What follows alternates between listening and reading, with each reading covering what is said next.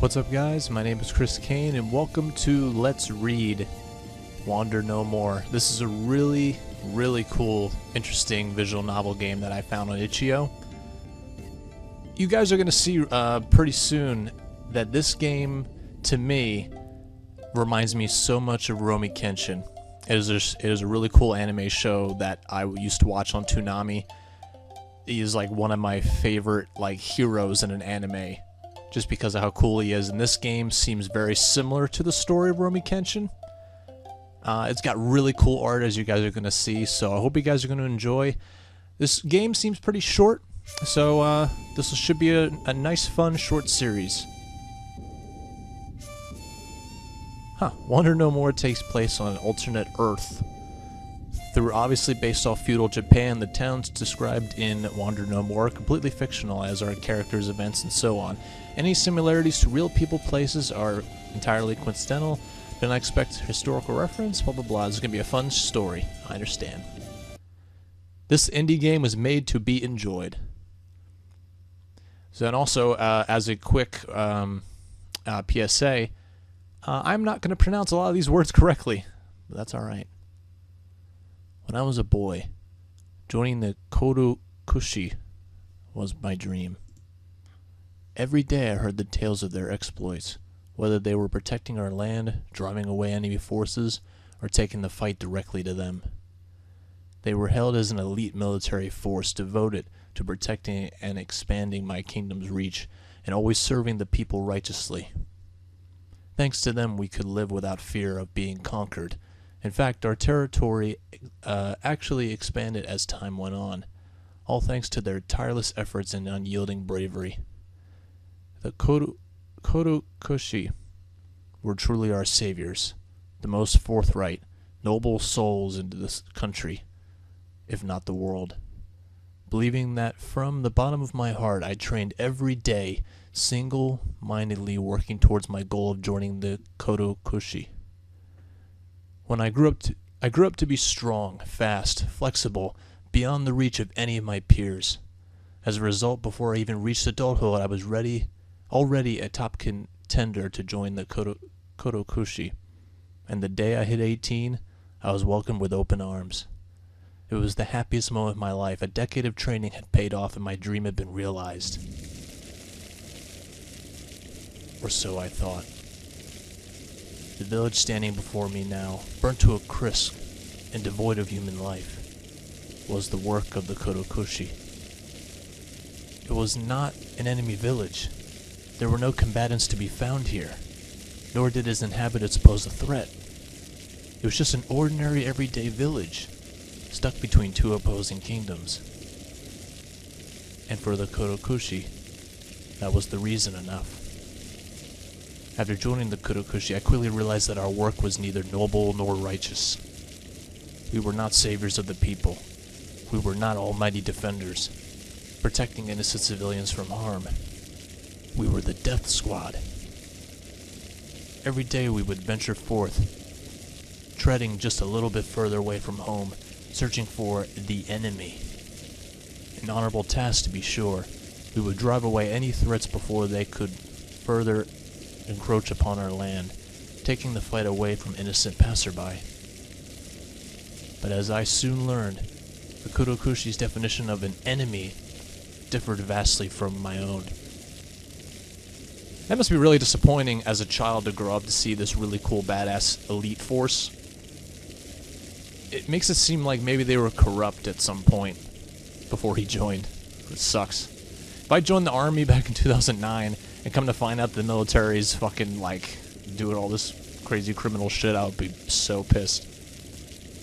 Any village not under our kingdom's direct control, or not paying us the protection fee, would be decimated. Thousands of innocent people whose only crime was not to grow up under our jurisdiction were killed in cold blood, never even given the chance to surrender.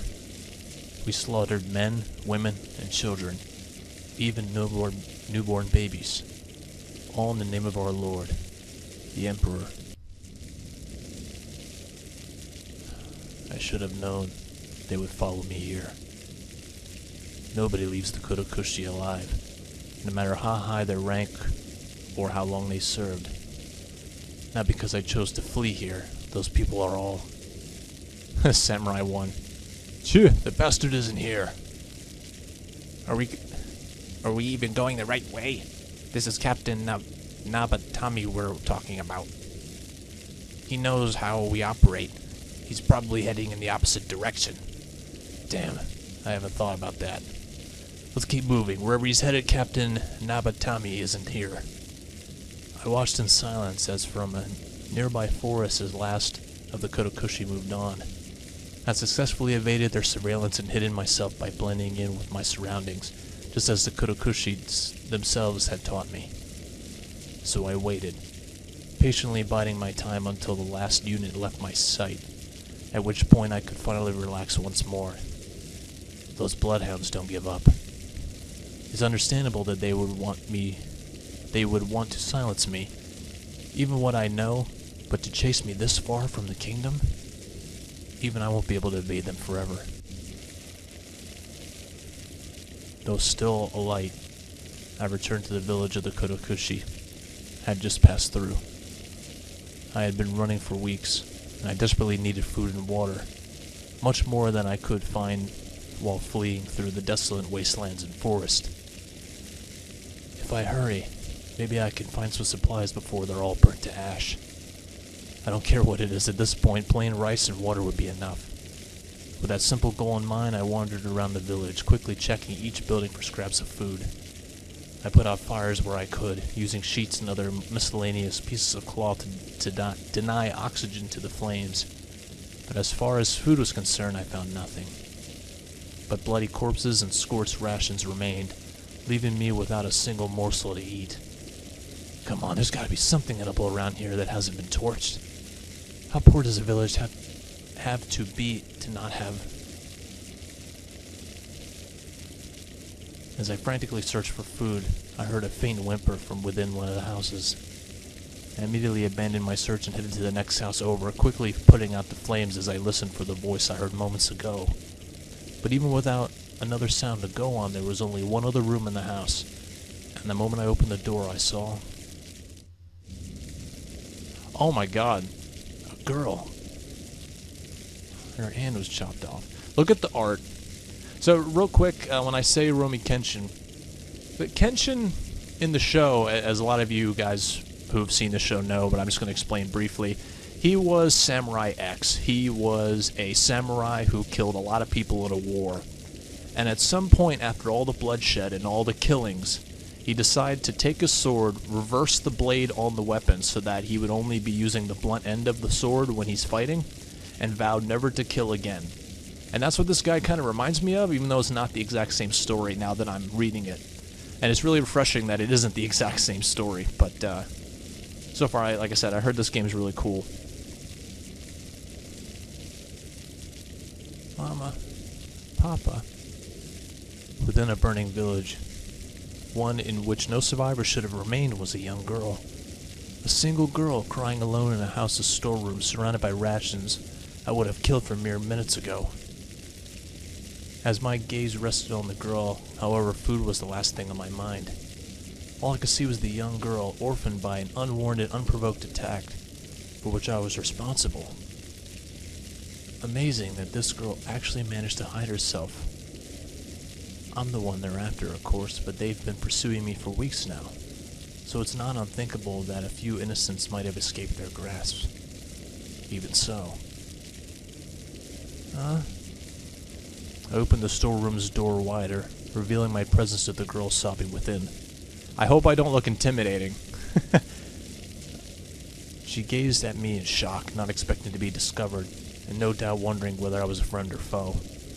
And once her eyes made her way to the katana at my hip, she had her answer. Help. Once again crying out for her parents, the young girl moved back, trying to put as much distance between us as she could. She pushed back with her legs, scraping her tattered yukata on the floor while tightly holding something in her hand. Even if she almost tipped over, the girl didn't use her hands. Instead, grasped tightly around her wrist, refusing to let go. That was when I realized this girl had lost more than just her family. This poor girl, she can't be any older than 14 years old. Yet she's already lost not only her family, but also a limb.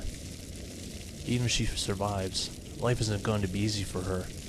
Everyone she once knew is now dead, and her village will need repairs impossible for a girl with one hand. Would it be kinder of me to end her misery? I put my hand on the hilt of my katana, which dangled wearily over my hip. As I did so, the girl before me let out an inaudible whimper and froze on the spot. "Little girl, what is your name?" The girl opened her mouth to speak, but hesitated to actually respond. Her vocal cords, like the rest of her body, froze in my presence, worried that the blade at my hip was not just for show. "Choyo Ayasi?" "Choyo." Though barely audible, the girl before me answered, her voice wavering as she did. "Tell me, Choyo, where do you want to live?" Choyo continued to stare at me with fear in her eyes, likely interpreting my question as a threat. I don't... Still, that's bad. I see. I drew my katana from its sheath and pointed its tip towards the girl's throat. I thought my days of killing defenseless children were over, but just this once. I slowly pulled my katana to the side, preparing to cut down the girl before me with a single strike. I'm gonna save real quick. With a simple flick of the wrist, I would behead her, granting instant death to a girl who deserved no further pain. If that is your wish, then I don't want to die. A second before I could swing my blade, Choyo shouted out, finally completing her answer. Immobilized by fear, her words reached my ears in fragments, giving the illusion that the girl wished for death. But with strong conviction and an unmistakable will to live, Choyo's true desire reached my ears at last, and the blade in my hand lost all its power. What an impressive girl. Even with her entire life going in flames, she still hasn't lost her will to live. Regardless, she is still a young girl, and a child with one hand cannot hope to survive out here on her own. I was going to behead her anyway. If she's going to have any shot of survival, then... Alright, Choyo, I understand. Are you going to help her? He seems like a nice guy based on the info I was reading. If you truly wish to live, then as one responsible for all of this, it is my duty to make sure that happens. Cool. I sheathed my blade and reached out my hands towards the shivering girl. My name is... Wish I had like the little pronunciation. Kouichirou Nabatame. I know that. Kouichirou. I am a traitor on the run from my kingdom. From this day forward, Choyo, you are my daughter. That's a good cover-up.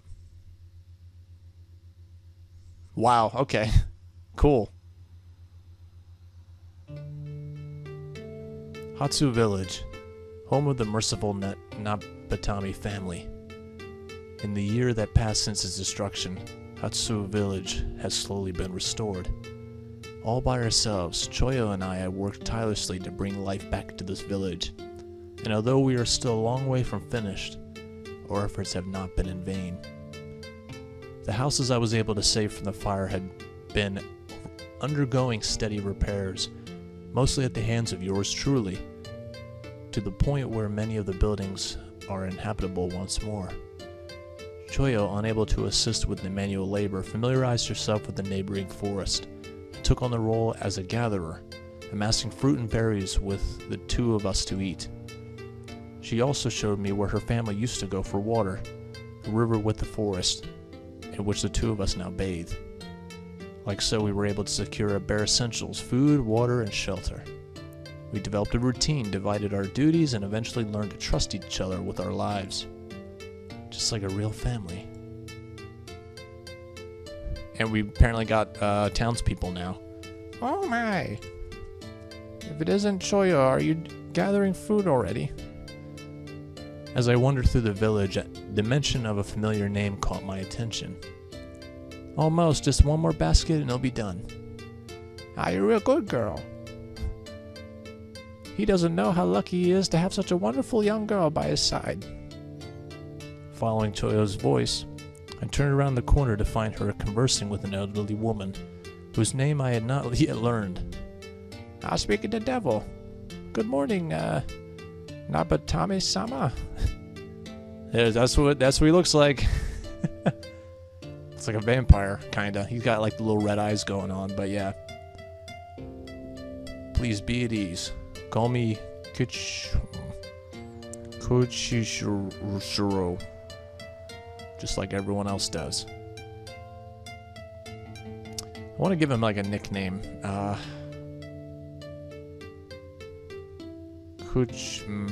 Shit. It's bad. Like, I can't pronounce that. Like, I feel like any guess I make is terrible. So, are you here to check up on Choyo-chan? Oh, wow. There's her hand right there.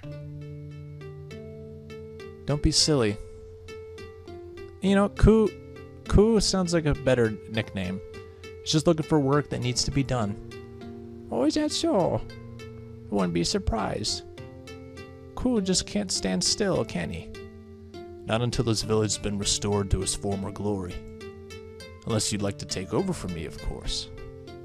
Careful what you say. I might just take you up on that offer. Oh, she's one of those old women who actually don't mind working, which is crazy. You're too old, old woman. Of course, you'd have to take over weaving clothing for everyone in my place. Koo weaving? That's what I would like to see. I'd retract my offer. But if you need a loom, I might be able to make one.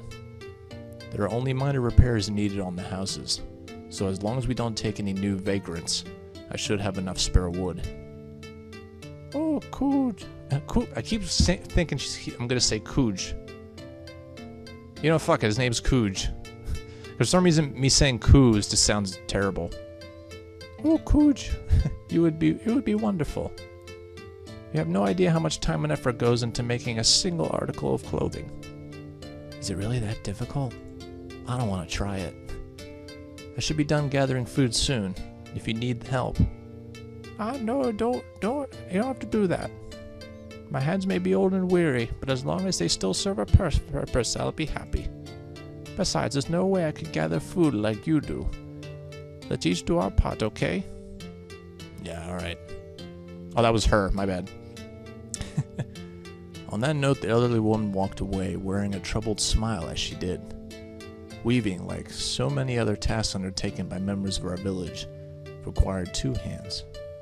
Knowing this woman tried to let Choyo down gently, reaffirming her place as a vital gatherer. But for Choyo, that was not enough. Even as this town has taken in migrant after migrant, Choyo's sense of responsibility hasn't changed in the slightest. From day one, she's tried to do her best in every aspect, taking on tasks we both knew couldn't possibly complete. And as the one person here who knows Choyo better than anyone else, I know all too well what happens to her when her disability prevents Choyo from doing her part.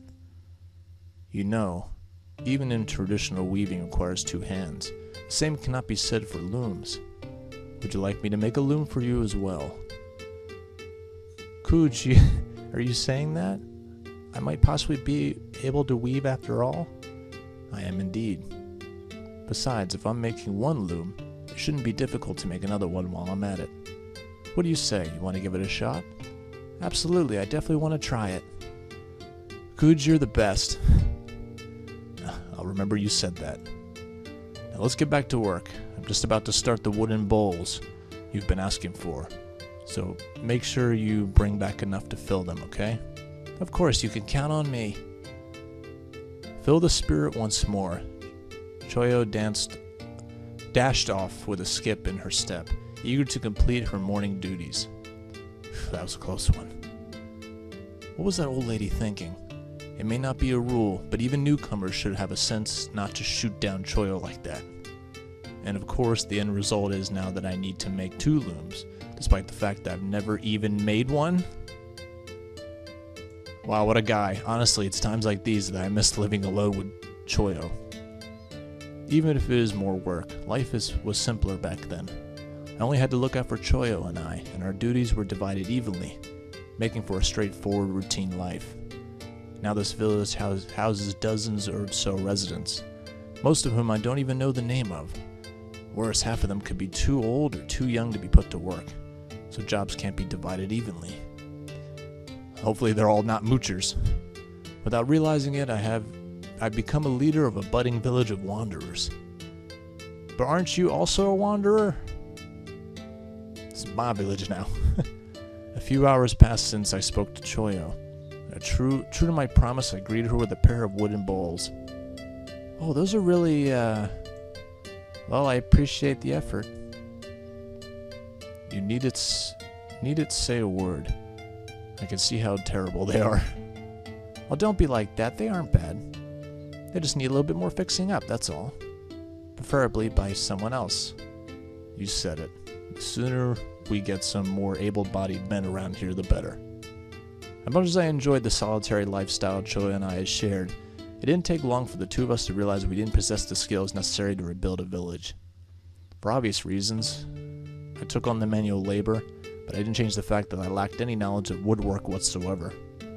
Similarly, Choyo didn't know how to sew or cook, and many of the things she did know how to do proved too difficult with one hand. We gradually limped along, of course, making concessions along the way. I fumbled my way through the basic repairs and Choyo learned how to work around her disability. But even then, we were still amateurs. The shoddy repairs would not last forever, but Choyo would often run into tasks she couldn't complete, no matter how hard she tried. Cheer up. You know I didn't mean it. You're doing your best just like everyone else here. And that's all anyone can ask of you. Thank you, Choyo. I appreciate that. My pleasure. Now let's dig in, while the fruit's still fresh. Despite her complaints, Choyo filled both bowls with a mixture of berries and fruit from the forest. Then she placed a bowl on either side of the table and sat down, gesturing for me to do the same. Fruit and berries yet again. It's been months since I last ate meat, and that major luxury was only because Choyo found a wounded rabbit while she was gathering food. Forget laborers. What this village really needs is a hunter. While secretly pinning a taste for flesh, I consistently began to drool. Hey, I'm glad you were looking forward to this, but if you're that hungry, just dig in. Following Choyo's line of sight, I hastily wiped my mouth and started eating. In reality, eating fruit and berries every day wasn't so bad. There was some variety, based on how far into the forest she went. The taste was quite sweet. Furthermore, after working hard all morning, the watery taste was rather refreshing. And even after eating a bowl full, I didn't feel bloated. Nice work. These taste great. I was hoping you'd like them. I went deep into the forest for this batch, especially for you. For me? That's right, you've been working non-stop lately, so I thought you deserve a little reward. If you know how hard I've been working, tell those other slackers to get to work. Even children can pick berries, right? If they took over gathering food, you'd be able to help me more often. Kouj, don't be like that. Children can't discern between edible berries and poisonous ones, that's true. And none of them know the layout of the forest like I do. Just leave the food gathering to me. And if you feel like you need a break, then take one. Having said her piece, Choyo herself began to eat the platter she had prepared. She joyfully consumed mouthful after mouthful, not at all tired of the familiar taste. But rather than join her, I continued to watch Choyo, deriving a strange sense of pleasure from watching her elation. It's hard to believe that even now, after living together for a full year, I'm still learning from Choyo. Rather than worrying about the division of labor or fretting over the food I eat, I should be content with what I have. After all, if a girl like Choyo, whose entire world came crashing down without warning, is still able to smile like that after everything she's been through, then maybe one day. Don't just watch me eat. You need to keep your energy up, you know? I'm sorry, it's just the same as ever. It's just the same as ever. You should still need to eat. Noticing that I wasn't eating, Choyo softly reprimanded me in her usual kind-hearted manner. Don't apologize, you've done nothing wrong. I was just happy to see you enjoy your food so much. That's no reason to eat. Not to eat. You're the village leader, not to mention the only able-bodied man around here. If you get sick, everyone will suffer. Alright, I'll get it, I'll eat. You know, at times like this, you sound more like my wife than my daughter. What? It's nothing like that. I just don't want you to get sick, that's all. What's wrong with a daughter caring for her father's health? Calm down, it was just a joke. Yeah, sure it was. It was in poor taste. Still blushing, Choyo looked straight down at her bowl and started to eat once more. Oh, Choyo, don't you understand that it's a father's duty to make his daughter feel awkward? Because even in our age difference makes us more like siblings than a parent and child. By this point, you are without a doubt my family.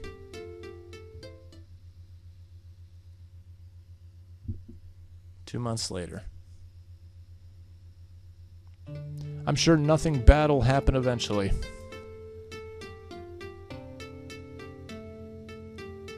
Araki. Put that down. You're just gonna hurt yourself. That's a two-person job, even for adults. Yes, sir. I don't want to give him that voice. Azai, help your brother to keep the frame in place. I want that door fixed before any more bugs can make it inside. Understood. Watching on with pride and anxiety alike, I instructed my two young pupils as they fixed the front door of the new home. Araki and Azai both made a lot of mistakes, and they listened to me intently and continued to improve every day. Like this? Yes, just like that. Be mindful that you don't pierce the sheets. One little hole is all it takes for the bugs to get in. Making do with what we had available, my pupils and I removed the bulk of the house's front door, leaving only the frame. I then placed the charred wood with sheets, making for a lightweight door only secure enough to keep out insects and other pests. I guess this will have to do, at least for the time being. I would have rationed the wood more carefully if I had known we'd be taking in another family so soon. But if I had that kind of foresight, I wouldn't be here to begin with. All I could do now is schedule another lumbering gathering trip into the forest. How's this look? Very good, Azai. That'll do for now. You two should go tell your parents the good news, then report back to me after lunch. Yes, sir. They bowed and ran inside to inform their parents. That would be my cue to check on my own family. By the time of return, Choyo was already waiting for me. She sat in front of the living room table, exercising great restraint as she fought her desire to start eating without me. There you are, Kouj. I was beginning to think that you were going to work through lunch. Me miss lunch, not a chance. I wouldn't risk invoking your anger again by not eating. Glad to hear it. I took my place on the other side of the table, directly opposite Choyo. So how are the repairs in the Kaihi family homegoing? Are the boys doing well? They're enthusiastic enough, but it'll take a while before they're ready to take over from me. Still, it's nice to have some extra hands. I know what you mean. Kana-chan has been a big help when collecting food and water from the forest. You two are really getting along well, aren't you? Of course, I've waited a long time for a girl my own age to come along. A little over a month ago, a new family wandered into the village. Like me, they fled from the Mirai Kingdom, fearing for their lives. Although they were difficult to accommodate at first, the family of 5 has since proven invaluable, providing much-needed labor which Choyo and I are previously doing ourselves. The mother of the family, another elderly woman, has been learning how to weave, and the father has been whittling down spare wood in order to make crude weaponry. More importantly, the two sons, Azai and Araki, 12 and 13 years old, have been helping me with manual labor. Similarly, the older sister Kana quickly became friends with Choyo and has been learning to layout of the forest, as well as which plants are edible and which are poisonous. Speaking of Kana, do you feel like she knows the forest well by now? I was thinking of sending the boys in there to search for lumber, so it would help if she escorted them while you were continuing to gathering food.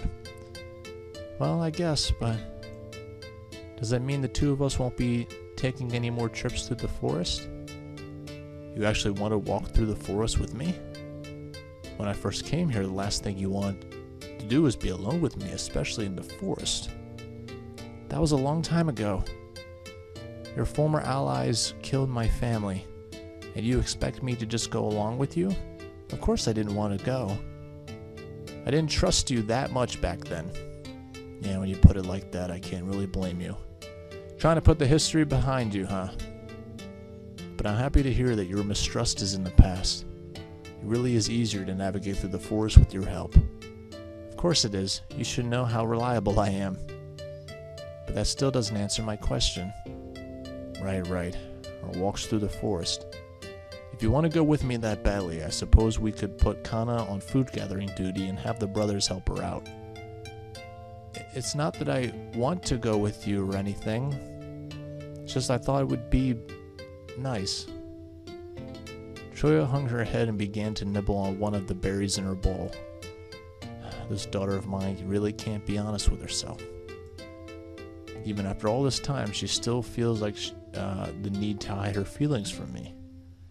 Perhaps 1 year isn't enough for two people to become a family after all.